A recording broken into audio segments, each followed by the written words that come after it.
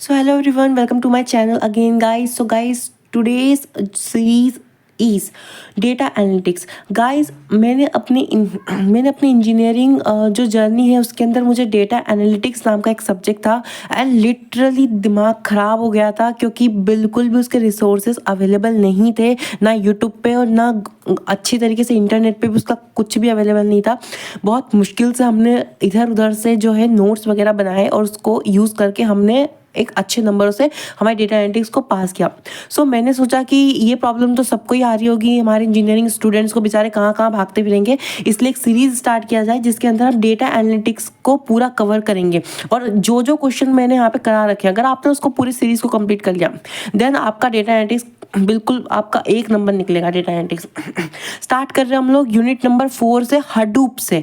अब हडूप से क्यों स्टार्ट कर रहे हैं? क्योंकि आपको पता होना चाहिए डेटा एनालिटिक्स जो सब्जेक्ट है उसके अंदर हडूप नाम का एक पूरा का पूरा यूनिट आएगा.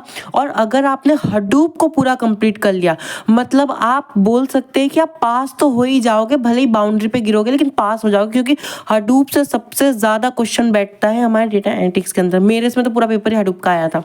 सो स्टार्ट करते बिना टाइम वेस्ट किए. हडूप क्या होता है? बेसिकली इसमें हम क्या पढ़ने वाले हैं, क्वेश्चन देखो. सबसे पहले हम पढ़ने वाले हैं what is Hadoop and describe the role of Hadoop in big data.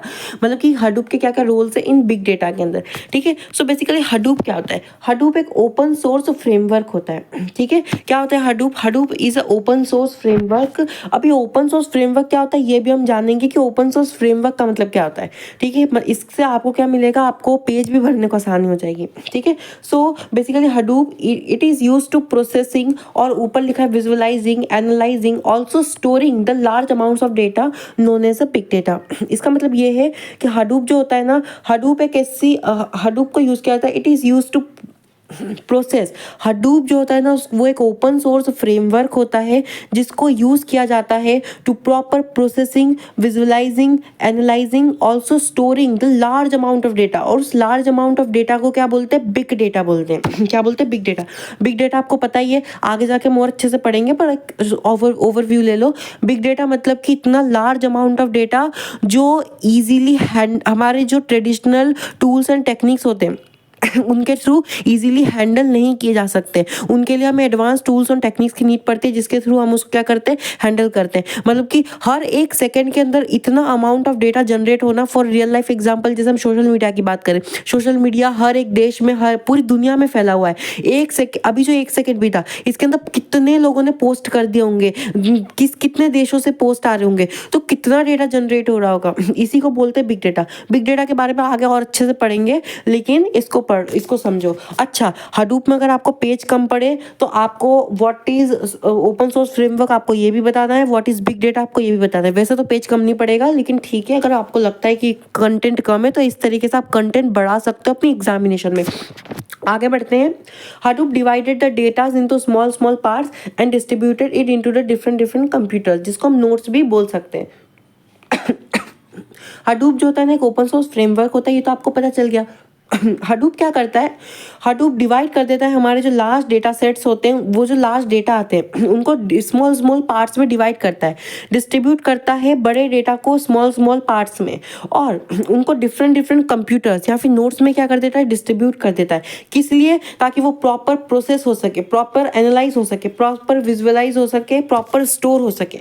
एक बड़ा डेटा को स्टोर करना कितना मुश्किल है. अच्छा, फॉर रियल लाइफ एग्जाम्पल, जैसे आपके पास एक कुछ बहुत बहुत बड़ा कुछ है और उसको आपको स्टोर करना है, लेकिन आपके पास उतना बड़ा कुछ कंटेनर वगैरह नहीं है स्टोर करने के लिए. आप क्या करोगे? उसको स्मॉल स्मॉल पार्ट्स में डिवाइड करके उसको थोड़े थोड़े पार्ट में जितने साइज का आपके पास कंटेनर है आप उसी में स्टोर करोगे ना. तो हडूप भी वैसा ही है. हडूप क्या करता है? मैंने क्या बोला? लार्ज डेटा सेट्स, जो लार्ज बिग डेटा होते हैं उनको ईजिली हैंडल करना, स्टोर करना, एनालाइज करना बहुत मुश्किल होता है. ठीक है. इसीलिए हडूप क्या करता है? हडूप की हेल्प से हम उस बड़े डेटा को स्मॉल स्मॉल पार्ट्स में डिवाइड करते हैं, स्मॉल स्मॉल चंक्स में डिवाइड करते हैं और अलग अलग कंप्यूटर में बांट देते हैं ताकि वो प्रॉपर उसको एनालाइज कर सके, विजुअलाइज कर सके, स्टोर कर सके.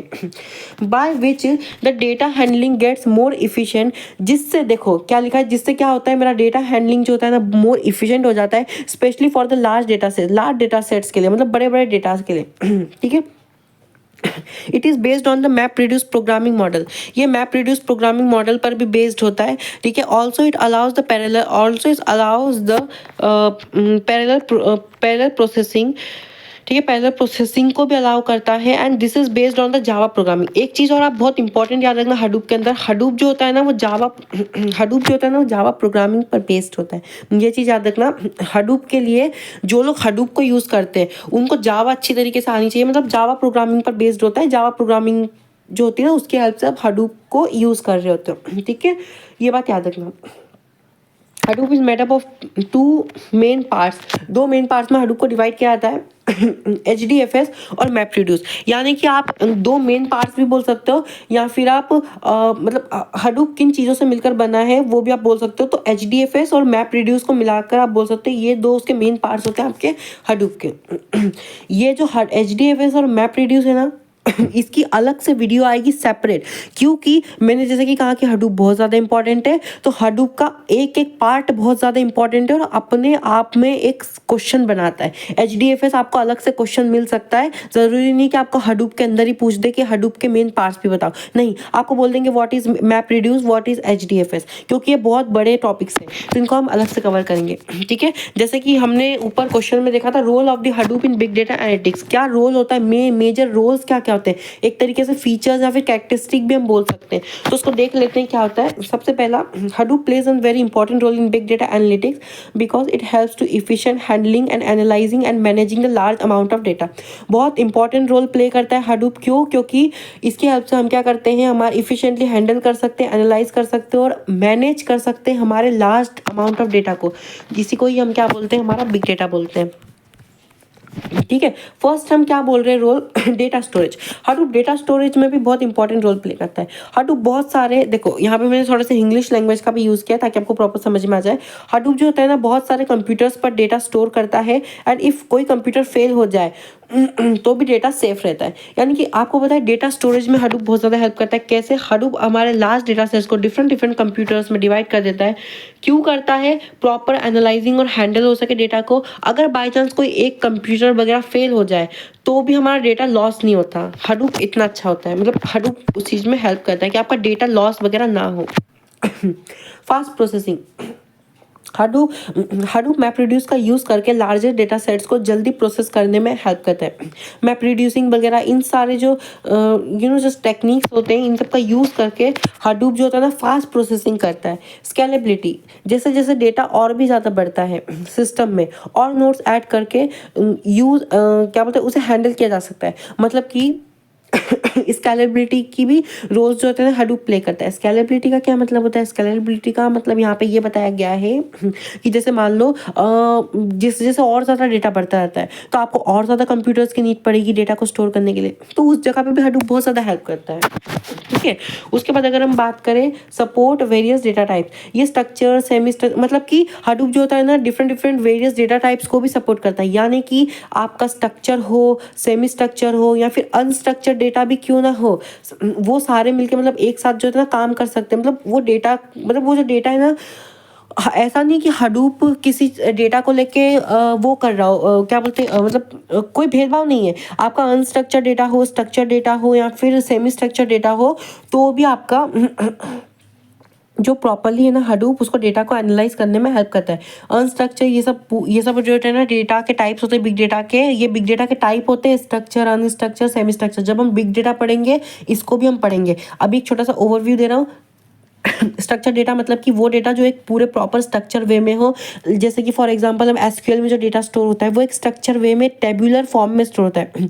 एट्रीब्यूट के जैसे कि आईडी है तो आईडी के नीचे सारा आईडी होगा, नेम है तो सब नेम होंगे कॉलम के अंदर, उस तरीके के डेटा को स्ट्रक्चर डेटा कहते हैं। अनस्ट्रक्चर्ड डेटा मतलब कि जिसका कोई स्ट्रक्चर नहीं होता, जो रैंडमली जनरेट होता है। फॉर एग्जाम्पल हमारा सोशल मीडिया एक अनस्ट्रक्चर्ड डेटा बोल सकते हैं उसके अंदर का डेटा, क्योंकि कभी भी कहीं से कुछ भी डेटा आ जाता है, कुछ भी पोस्ट कर देता है, वो एक अनस्ट्रक्चर्ड डेटा होता है। Semi structure for real life example email लिखते हैं ईमेल वगैरह, जिसका आधा पार्ट जो होता है वो एक रूल रेगुलेशंस को फॉलो करता है, उसमें हमें वो रूल लगाने पड़ते हैं और आधे में हम अपने हिसाब से कुछ भी मॉडिफाई कर सकते हैं। अब आगे जाकर हम और अच्छे से पढ़ेंगे, ठीक है। फॉल्ट टॉलरेंस की हम लोग बात कर लेते हैं। Fault tolerance, if a computer in a system fails, मतलब अगर कोई भी कंप्यूटर फेल हो जाए हमारे सिस्टम के अंदर,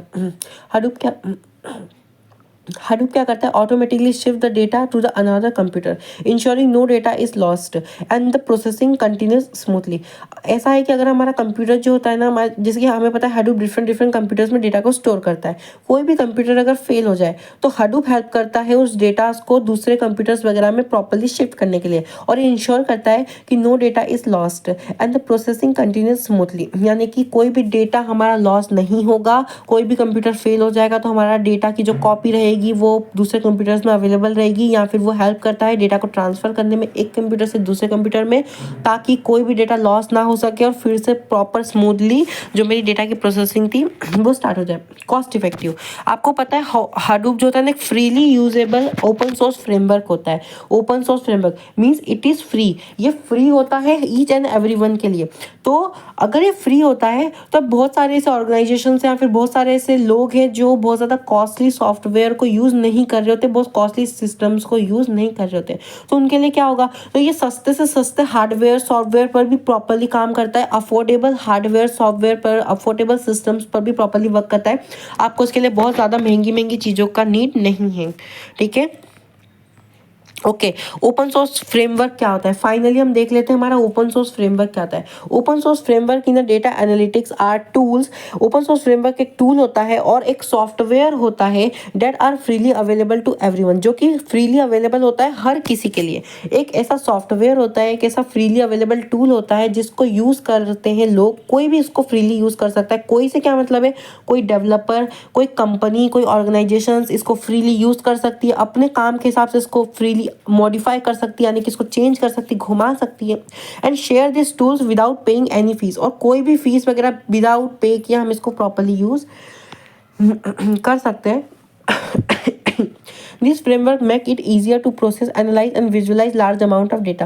ये जो फ्रेमवर्क होते हैं ना, ये ईजी बनाते हैं प्रॉपर प्रोसेसिंग करने में, बिग डेटा को एनालाइज करने में, विजुअलाइज करने में, लार्ज अमाउंट ऑफ डेटा को। They save also time and efforts, ये टाइम और एफर्ट्स को सेव करते हैं।